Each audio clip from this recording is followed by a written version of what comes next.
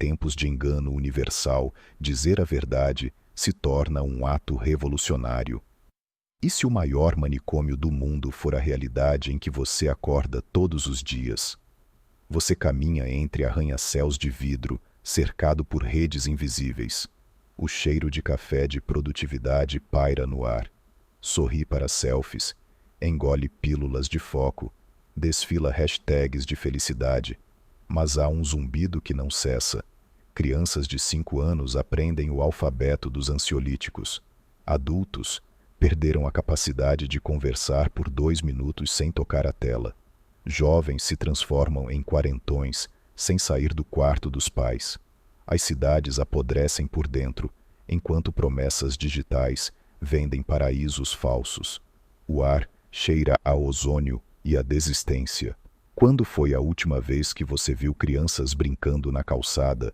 Quando foi a última vez que ouviu um silêncio que não fosse preenchido por um anúncio?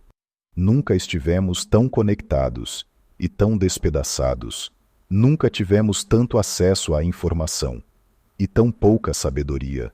O algoritmo é a nova espiritualidade, o feed, o novo confessionário, o espelho, o novo altar, identidades líquidas demais para aguentar peso, verdades fluidas demais para saciar sede, valores maleáveis demais para sustentar caráter. O indivíduo Petiaus não amadurece, ele se dissolve. George Orwell nos avisou sobre o chicote da censura. Aldous Huxley temeu o cálice do entretenimento. E se as duas distopias tivessem se fundido em silêncio, como gás incolor, enchendo nossos pulmões enquanto rimos de memes? Aplicativos são cassinos portáteis. Cada rolagem é uma alavanca puxada em um caça-níquel invisível. Pagamos com dopamina, cobramos com ansiedade. O desenho de cada botão, a cor de cada notificação, o atraso milimétrico de cada visto foram calibrados para escravizar o sistema límbico. Pensar dói, deslizar é fácil. Mentes colonizadas consomem mais, obedecem mais, questionam menos. Quem controla o seu tempo, controla o seu destino. Quem controla sua atenção, controla você. A morte do silêncio é a morte do pensamento profundo. Tornamo-nos incapazes de sustentar uma pergunta sem correr ao oráculo de vidro. O medo de ficar de fora, FOMO, tornou-se o chicote moderno. É o medo de estar perdendo algo, a sensação de que os outros vivem experiências mais interessantes ou valiosas do que a sua. É um alarme social antigo, hoje amplificado pelas redes. Likes e histórias curadas acionam circuitos de recompensa e dor social, empurrando você a checar, comparar e agir por pânico. Manifesta-se em verificações compulsivas, escolhas guiadas pela imagem e uma insatisfação constante. O resultado: ansiedade crônica, relações superficiais e perda da atenção para o que realmente importa. Questionar custa caro. Discordar arrisca o exílio virtual. A multidão digital não perdoa hereges. Repetimos mantras que não entendemos só para não sangrar sozinhos. O ser humano, acuado, terceiriza decisões. Um povo em pânico aceita coleiras com verniz científico, doutrinas com verniz moral, gurus com verniz espiritual. O medo é o pré-pagamento da tirania. Ele se infiltra pela rachadura da solidão. Não a ausência de companhia, mas a presença insustentável da verdade. Verdades solitárias são silenciadas, mentiras populares viram leis. Quanto mais parecidos, mais previsíveis. Quanto mais previsíveis, mais lucrativos. As plataformas transformam singularidade em estatística, desejo em padrão, rebeldia em produto. Vendem a fantasia da individualidade enquanto treinam a uniformidade. Algoritmos não se importam com sua alma, importam-se com sua recorrência. Aprendemos a preferir imagens prontas a perguntas inquietantes. Perdemos a prática de esperar. O ritmo acelerado esqueceu que reflexão pede tempo, e tempo é o único lugar onde se dá luz à humildade. Sem isso, corresponde-se com slogans, vive-se por fragmentos, e a alma fica em mosaico quebrado. Como escapar desse labirinto que se chama modernidade? Não há mapa que nos leve de volta a uma pretensa normalidade perdida. O que existe é um caminho de exílio parcial, um deslocamento consciente para preservar o que resta de humano. Proteja a sua atenção como quem protege um recém-nascido. Não é suficiente desinstalar um aplicativo. Isso é preparação. O campo de batalha é a atenção. Anote perguntas em papel que não tenham link de resposta. Torne o papel um instrumento de resistência contra o flash contínuo da tela.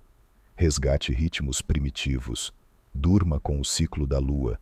Acorde com o canto dos pássaros, mesmo na selva de concreto. Um corpo cansado pensa mal. Um corpo presente pensa melhor.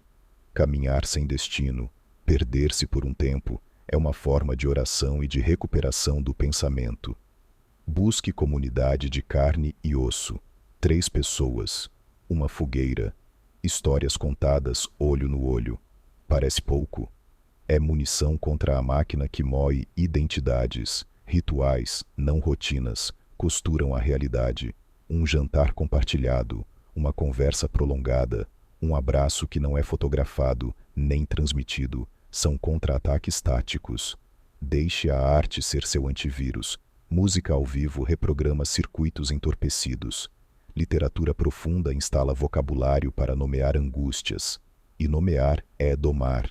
A beleza não é luxo, é necessidade biológica.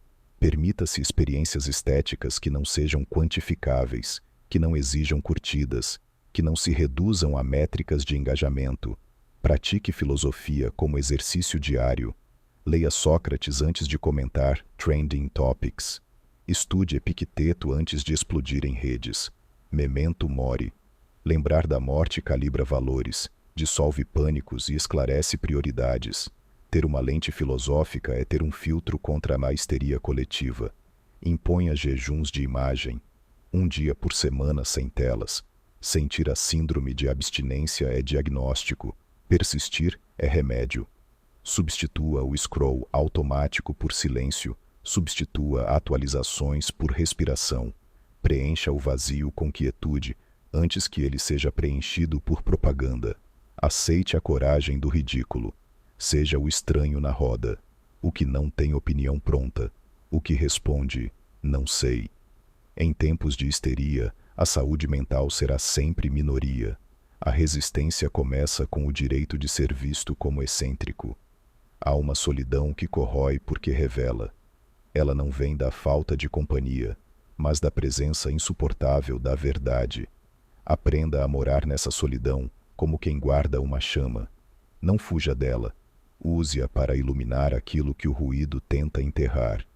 Estudos mostram que vínculos reais, rituais comunitários, narrativas profundas e experiências estéticas têm o poder de restaurar coesão psíquica. Mas não precisamos de estatísticas para sentir. O cheiro da chuva na terra quebra o feitiço do LED. O fogo crepitante lembra que, antes dos feeds infinitos, contávamos histórias para não enlouquecer na noite. Se tudo é algoritmo, então o toque é revolução. Se tudo é ruído, então o silêncio é insurreição. Se tudo é imagem, então o gesto não mediado é heresia.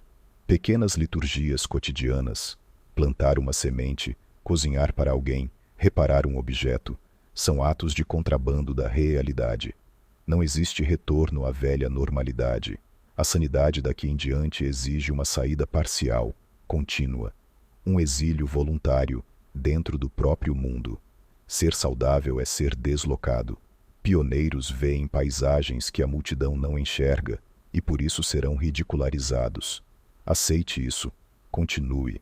Viktor Frankl nos lembra que tudo pode ser tirado de um homem, menos a última liberdade humana.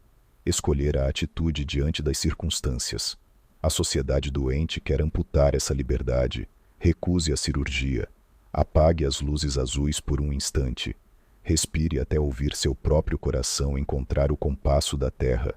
Lembre-se, você não é um feed, não é uma estatística, não é a soma dos likes, nem a soma dos medos.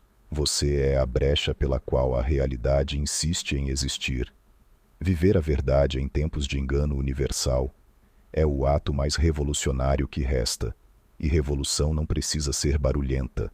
Pode ser persistente, discreta, cotidiana. Escolha a verdade, mesmo que isso signifique ser deslocado. Escolha a presença, mesmo que isso signifique caminhar contra a corrente. Escolha o silêncio, mesmo que isso signifique ouvir a própria voz pela primeira vez. Escolha a companhia humana, mesmo que isso signifique renunciar à multidão digital. O mundo tenta te reduzir a um problema de engajamento. Recuse o papel que lhe foi dado. Reescreva-se. Respire. Pergunte. Espere. Toque. Escute. Conte uma história sem esperar que alguém grave. Seja a pequena insurreição que, aos poucos, corrói o paradigma da histeria. E, se alguém perguntar por que você prefere a verdade ao conforto do erro coletivo, responda simplesmente: porque a verdade é o único remédio que não se transforma em vício.